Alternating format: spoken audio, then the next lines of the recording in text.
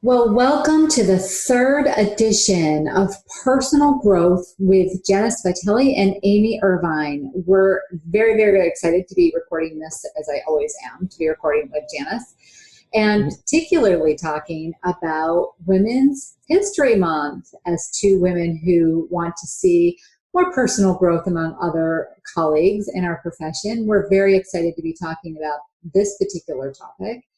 And we really wanted to be talking about the feelings that women might have even when they are successful, whether you call that trailblazers or looking at just their day-to-day life and the importance of how busy we are and how much we have floating around in our minds sometimes, but that we are all together all the time. And in reality, there's really many insecurities that we share. And when we realize that these insecurities are not just ourselves and just, individual insecurities that we have, then we don't feel as alone, right? So Janice and I are going to be talking a few things about that. And as two women who have decided to go out and do their own thing with their own business, although not restricted to that in any way, shape, or form, I know a lot of women that are managing households and children and parents and all of those things, and they're being pulled in a lot of different directions. So hats off to the many, many women that are out there listening to this, and to the men who support those women and are very, much the backbone of the old saying is, behind every good man, there's a great woman, and behind every great woman, often there's a significant partner. So Janice, thank you so much for being part of this show again and for coming back for episode 3. As you and I talked about when we were preparing for this particular session, Women's History Month is very important to me. I think having grown up during a period of time and in a profession where very few women actually are in, it's a challenge sometimes. And one of the things that I talked about when we were prepping for this was it's not just a woman thing, but we're willing to maybe admit that our heads get in the way sometimes of us believing that we might achieve something, or thinking that it's too big for us to be able to do. So talk a little bit about that and how common that actually is. It's really common. And, many people have those kinds of self-doubts. And like you said, I think as women, in our society, women are told to, and maybe it's not overtly, but when we're kids, like girls kind of need to simmer it down. You're being a little too much. You're talking too much. You shouldn't be angry, and also lots of judgment around like the size of our bodies. So not only should we be quiet, but we also need to like get smaller. Like maybe in like the 50s and 60s, women were supposed to like put your knees to the side and then cross your ankles. And I think that's another part of like making yourself smaller. Yeah. And so like. Yes, right. Exactly. When we sit at our desk, even when we're standing there, it's funny. After our conversation about that, I found myself several times. It's a stressful time of year for us. We're in the midst of tax season, and in our normal, ordinary business that we're doing for clients too. So it's just a little bit. And I kept finding myself going like this and going like this and going like this. And I'm like, nope, pull it back, pull it back. Mm-hmm. I'm not small. And the comment about society tells us one thing, and we internalize that. We definitely, you said, internalize that and judge ourselves that we're not that or that, right? Or I know how people are saying, you can find good balance. Well, I personally have never been able to find I'm balanced in the sense that some days I work 12 hours. Other days I might work 3, so there's a balance on that perspective. But this idea of having like this equilibrium, if I judged myself on that, I would fail just about every day. So that kind of leads to the next point of our conversation, was what I just said. Well, I'd fail every day. But what is really, what is that? Is that true? Like, am I truly failing every day? How do I get out of the way? So I think that is the, we were talking about, like, we internalize all these messages from society, from our families, from movies, TV, it's everywhere. Mm-hmm. And so when we don't meet those expectations, these kind of false expectations, or not even things that we're deciding ourselves, when we don't meet those, then we start beating ourselves up, Mm-hmm. And so, like, an example of that would be, talking with a friend, and they had spoken up in a meeting, and then they're feeling like, oh, I was too much, I talked too much, was I too assertive, and things like that. Mm-hmm. And so I think the very first step is, again, and you and I have talked about this, is awareness that those thoughts are even happening. Because sometimes what happens is we have those thoughts like, I'm too much, I'm too this, too that, and it impacts our mood, and we don't even realize what's impacting our mood. Mm. And also then we start getting smaller, and our posture goes down, and our confidence, when we get smaller, our confidence goes down right along with it. So I would say awareness is the very first step. So when you say our confidence goes down when we get smaller, this is something internally, right? So if I'm sitting at my desk, and the longer I sit at my desk, and the more my shoulders get hunched and hunched and hunched and hunched, psychologically, I guess, or internally, then by nature of that, my confidence is decreasing throughout the course of the day, because I am getting smaller and smaller just by my posture in my seat. Mm-hmm. So that's interesting, right? It is. There's a really interesting TED Talk by a psychologist. Her name is Amy Cuddy, Cuddy, and she talks about body language, and how when we're sitting in our power more, so like we're sitting up straight, and we have good posture, and we're taking deep breaths, and we're more centered. We actually have less, when we're in that situation, we actually have less cortisol going through our body, and cortisol is the stress hormone. And also you have an increase in testosterone when you do what she calls power poses. And so like in meetings, often, like women, we're like making ourselves small, and when we start opening up our shoulders and sitting more confidently, that's not only signaling to other people that we are confident, but we're signaling it to ourselves as well. And so in this TED Talk, she talks about before going to a meeting or a stressful situation, going in your office or going into the restroom and doing what she calls power poses. So like putting your standing with your feet maybe hip width apart, and putting your hands on your hips, and like standing there for 2 minutes like that. Or also making yourself into a big X, so your arms are like this. Yeah, and practicing taking up space. And she talks in there about how studies show that people that use power poses, they have increased testosterone and decreased, I just forgot the name of it, but the stress cortisol. Okay. The stress. Mm-hmm. And so, 2 minutes of your life isn't going to hurt. And I'm really glad that we talked about this, because I'd forgotten about power poses and how I was going to use the word powerful again, but how much they can be helpful to us.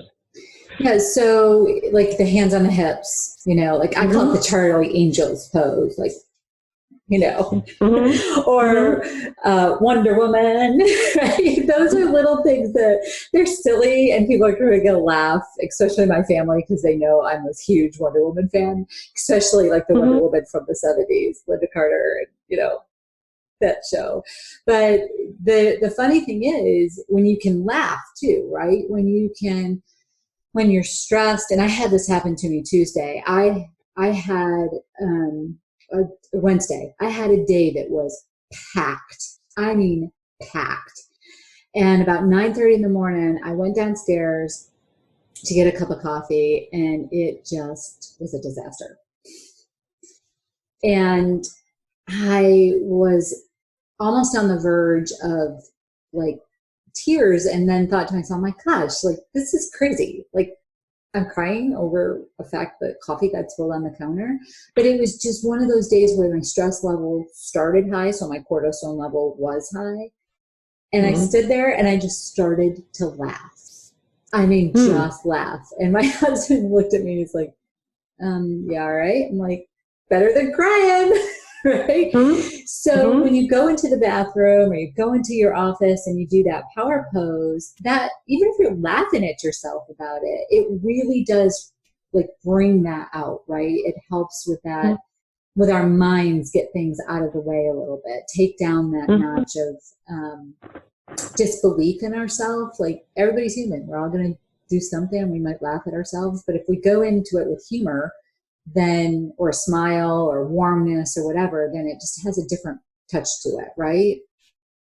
So that could be like an unintended positive, side effect of doing it. Like you're in the bathroom stall and you're making yourself into an X, and to make yourself feel more powerful. Yeah, and if it makes you laugh too, that's all the better. Yeah, I was just for sure. I'm just going. Yeah. Yeah. In addition to that, you gave 4 things. You've already said 2 of them. Mindfulness, which goes back to one of the things we talked about last month actually, and then which is developing awareness. And you talked about power poses, and Amy Cuddy in particular. This TED Talk, we'll actually have the link in our show notes for this particular thing. But what are the other 2 things that you would suggest for us to help kind of get out of our own way sometimes? So along with awareness of these negative thoughts, this kind of faulty programming that we have going on in our heads, journaling them down, journaling those thoughts, today when I was in the meeting, I was feeling like I'm not enough. I'm feeling like I spoke too much. Journaling that and then countering that with, so that's really not reality based. That's old tapes that we have in our heads. So capturing that and then challenging it and saying like, do I have any evidence at all that I spoke too much? Do I have any evidence at all that I'm not enough? And then, so if it's like, if it's a thought like I'm not enough or I'm not educated enough or whatever, then countering it and writing, okay, so I have, 6 years of college and I have this amount of experience, and kind of trying to teach your brain that here's the reality of the situation. I'm highly educated. I didn't speak any more than anybody else did in the meeting. So it's introducing reality to these negative habitual we have. And that's a challenge. I mean, that sounds like I journal, and that's one of my habits this year is to journal every day, and I've done it almost every day. There's been a few that I've forgotten, but to keep one notebook and to journal every day. And some days like Tuesday or Wednesday when I was like, yeah, today was kind of not a good day this morning. But my success was that instead of getting angry, I turned that into, a funny situation. But sometimes when we're sitting in a meeting and, we're feeling, those feelings are kind of coming up through, right? And we're almost shutting ourselves down. And I am guilty of that. Like I have done that before where I'm sitting in a meeting and I start to shut myself down because Mm-hmm. I am in my mind feeling, like these are my words, not anybody else's, but I don't want to say anything because I feel stupid, or I've already been made to feel stupid, so I don't want to say anything. I don't feel valued. My opinion doesn't matter. I've already spoken too much. And this is just me, right? So talking to my girlfriends, they have very similar statements that days like that as well. And so if I can go back and journal about that day and say, okay, yep, that's what happened. But next time, this is what I'm going to do. Mm-hmm. And so another thing that you could try, so you're sitting in that meeting and you notice those negative thoughts coming, we already talked about like making sure your posture is good, making sure that you're taking nice deep breaths into your belly. And then you could also add some positive affirmations. Now, I don't suggest saying these out loud, but if you're in the meeting, which would be interesting. But in your head, I'm competent, I'm educated, I have as much right to be in this meeting as anyone else. Yeah. They wouldn't have invited me to this meeting if I didn't have expertise. Yeah. Those kinds of things can be really helpful too. And those are things that you can do anywhere, right? So those are things that you can have, you can do it in a car. Those are things that you can do laying in bed in the morning or at the end of the day. So positive, and there are tools out there that actually kind of can guide you, almost like I know that there is guided meditation, but there's also some guided affirmations if you need to do that too, right? There's some places that you can actually go out there and get a place to start if you don't even know what to do with or how to do guided or how to do those kinds of things. Are there any particular spots that you would suggest that people go to get that?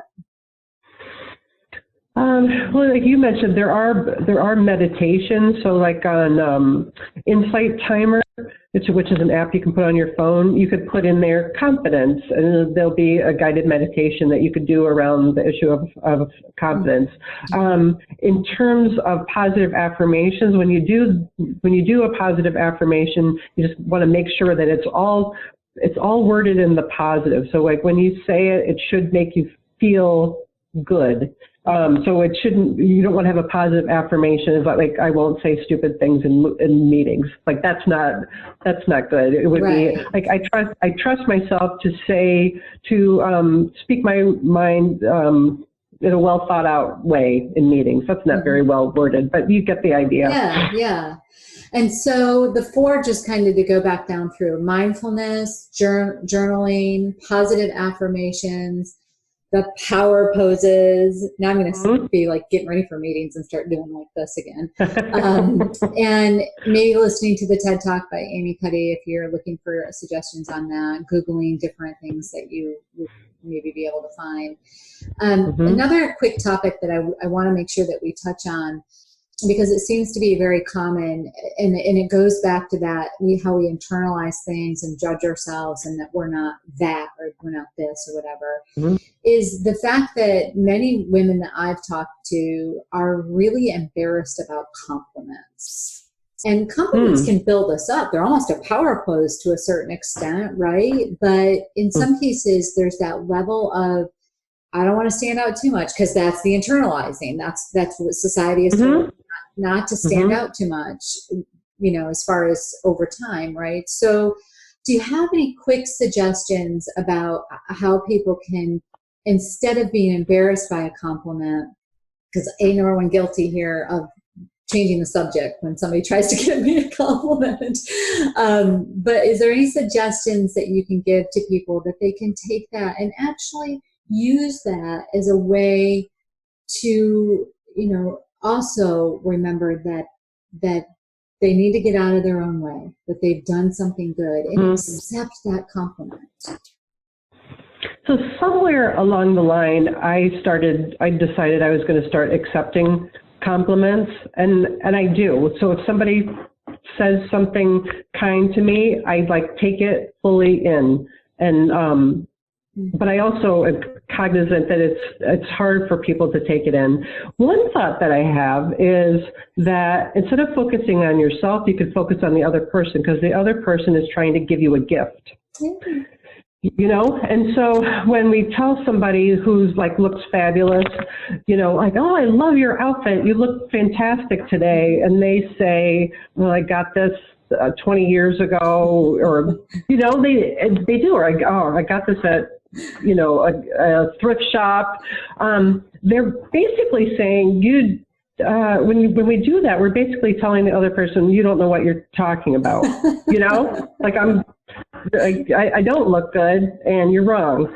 And so if you focus on the other person, because they really are trying to offer a gift to you. And so I actually, one time I gave a compliment to a woman, and I didn't even know her, and she didn't say thank you. She did this old thing, you know, this old outfit, and I explained this whole thing to her, and I said, hey, you know, like I'm telling you this because I think you look great. And she kind of got with it, and she accepted the compliment. Yeah. So I don't know if that helps at all. That's an extremely helpful point. And as always, Janice, I think it's wonderful, these tips that you're giving. And this is very much what it would be like if somebody was working with somebody like you. These would be the things that you would be going over. You'd be digging much deeper into the self-image issues. And I think also offering validation that, you know, lots of women feel this way, and it's not okay. I mean, you know, we need to be proud of who we are as women, and that, you know, there is validation though, and there are things that we can work through to make sure that going forward, we get out of our own way and we become part of women's history. So thank you so much, Janice, for yet another great day of advice, and stay tuned for some upcoming versions that we have planned. And we hope that you've enjoyed the show. Please like us and let us know if there's any particular topic that you'd like to hear more about. And if you're interested in working with Janice, there's going to be details at the end on how you can contact her. And of course, if you're interested in working with us at Rooted Planning Group, there will be information on that as well. We hope you all have enjoyed this. Come back and visit us every single month as we release more of this.